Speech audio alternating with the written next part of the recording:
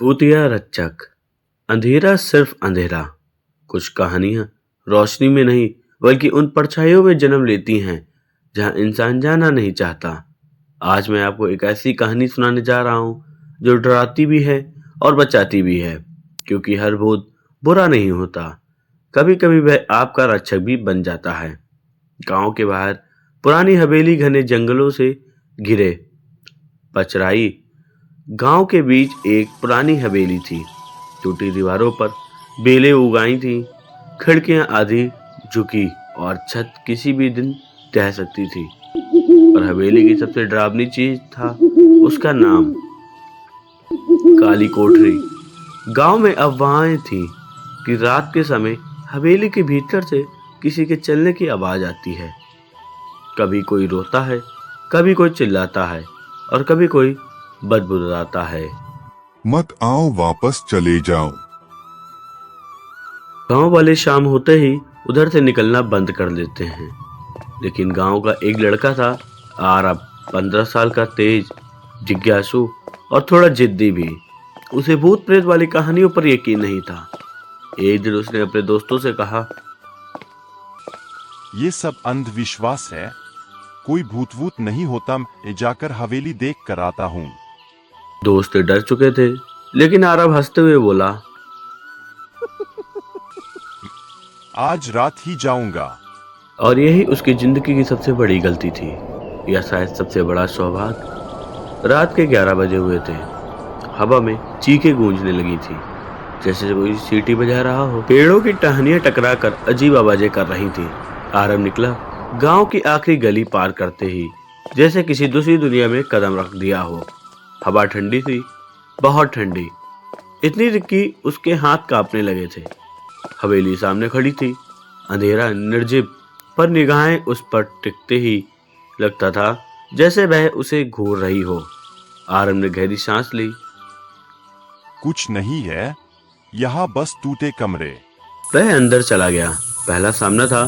जैसे ही वह हवेली के भीतर पहुंचा, पूरा हॉल अंधेरे में डूब गया। तभी पीछे से एक भारी आवाज आई, रुको आरब।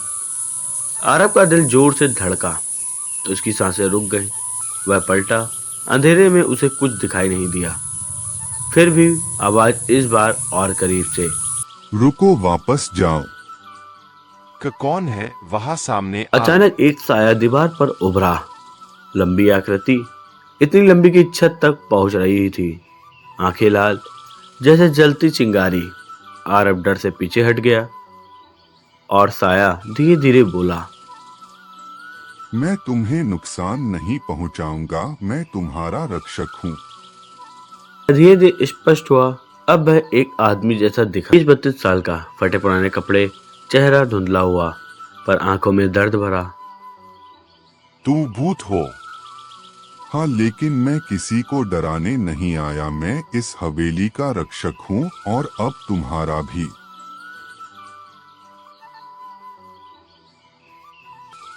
रक्षक?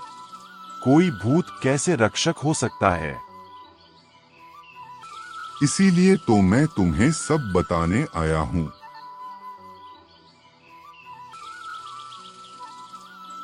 और उसने अपनी कहानी शुरू की। रक्षक क्यों बना? भूत का नाम था विक्रम।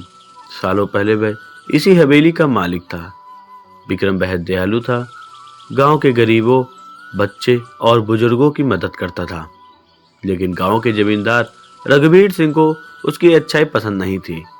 रघुवीर को डर था कि लोग विक्रम को ज्यादा मानने लगे हैं और उसकी सत्ता कमजोर हो रही है। एक रात उसने विक्रम को हवेली में ही मार डाला। किसी को पता भी नहीं चला। मरने से पहले विक्रम ने सिर्फ एक इच्छा की थी, भगवान मुझे शक्ति दो ताकि मैं अपने गांव की रक्षा कर और सकूं। उसी आखिरी इच्छा ने उसे भूतिया रक्षक बना दिया।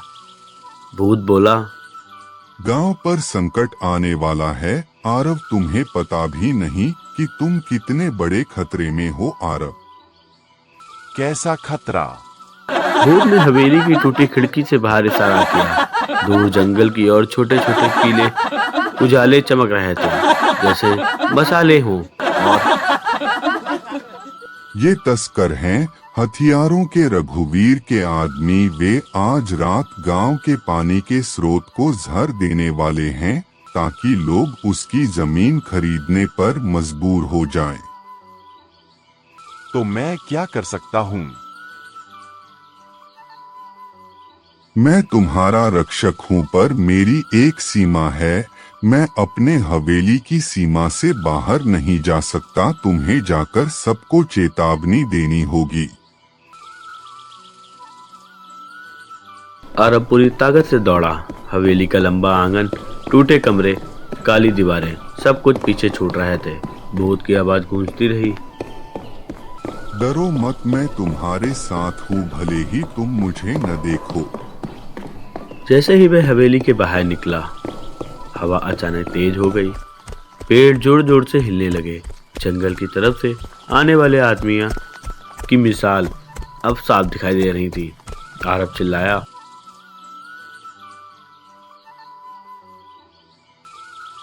रुको, क्या करते हो लोग? पर वह रुके नहीं, बल्कि उसकी तरफ बढ़ने लगे थे। तस्कारों से मुकाबला। आरब अकेला था पर उसका हौसला मजबूत। उसने गांव पहुंचकर लोगों को जगाना शुरू किया। उठो, खतरा आने वाला है, सब बाहर कुछ निकलो। लोग पहले हंसे, कुछ नाराज हुए, पर तभी दूर से जंगल की तरफ से गोली चलने की आवाज आई। अब सब डर गए। तभी भूत विक्रम की आवाज हवा में तैरते हुए बोली,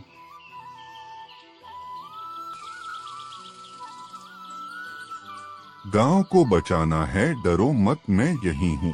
गांव वाले सन्न रह गए। उन्हें पता ना था आवाज कहां से आ रही है, पर वह आवाज किसी ईमानदार रक्षक की थी। तस्कार गांव के करीब बढ़ने लगे। गांव वाले हथियार लेकर तैयार हो गए और तभी कुछ ऐसा हुआ जिसने इस कहानी को अमर बना दिया। भूतिया रक्षक का प्रकोप। जैसे ही पहला तस्कर कुएं के पास पहुंचा, हवेली की ओर से इतनी तेज हवा चली कि कई पेड़ जमीन पर गिर गए। मसाले बुझ गए, अंधेरा छा गया। तस्कर घबरा गए। ये क्या हो रहा है? अचानक उनके सामने जमीन पर एक काला छाया उभरा। धीरे धीरे वह इंसान का रूप लेने लगा। लंबा कद, चमकती आंखें, विक्रम का भूत उनके सामने था। तस्कर कांपने लगे।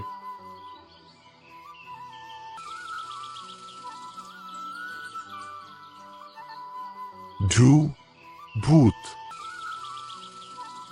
ये गांव मेरी जिम्मेदारी है। जो भी इसे नुकसान पहुंचाएगा मैं उसे छोड़ूंगा नहीं। हवा और तेज हो गई। मिट्टी उड़ी, पेड़ हिलने लगे, आसमान गड़गड़ाने लगा। भूत की शक्ति इतनी थी कि तस्कर खड़े भी नहीं रहे और कुछ भागे, कुछ जमीन पर ही गिर पड़े थे और कुछ डर के मारे बेहोश हो गए और कुछ अपनी गलती पर रोने लगे। विक्रम ने कहा,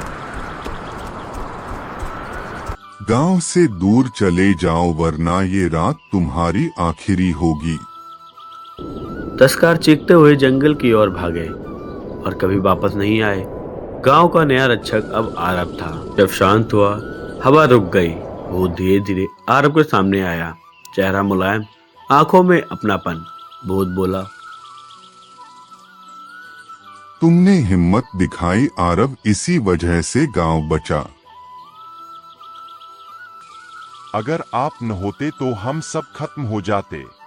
तो बस रक्षक हूं पर असली नायक तुम हो। मेरी मुक्ति का समय आ गया है।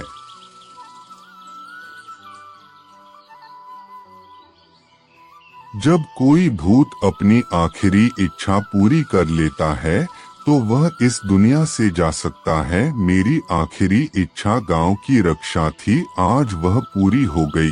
भूत धीरे धीरे हवा में घुलने लगा। आरब, अब गांव की जिम्मेदारी तुम्हारी है। याद रखना, साहस हमेशा डर पर जीतता है। और वह गायब हो गया। गांव वालों ने उस रात को कभी भी नहीं भूला। हवेली आज भी है, पर अब कोई उससे डरता नहीं, क्योंकि सब जानते हैं विक्रम भूत नहीं था, वह उनका रक्षक था। और आरब, वह बड़ा होकर गांव का नेता बना, ईमानदार, बहादुर और दयालु।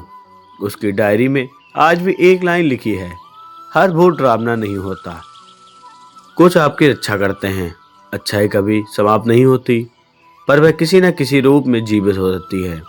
साहस हमेशा डर पर जीतता है। शक्ति का उपयोग रक्षा के लिए होना चाहिए। दोस्तों, ऐसे ही कहानी देखने के लिए हमारे चैनल को सब्सक्राइब कर लें और बेल आइकन दबाना ना भूलें।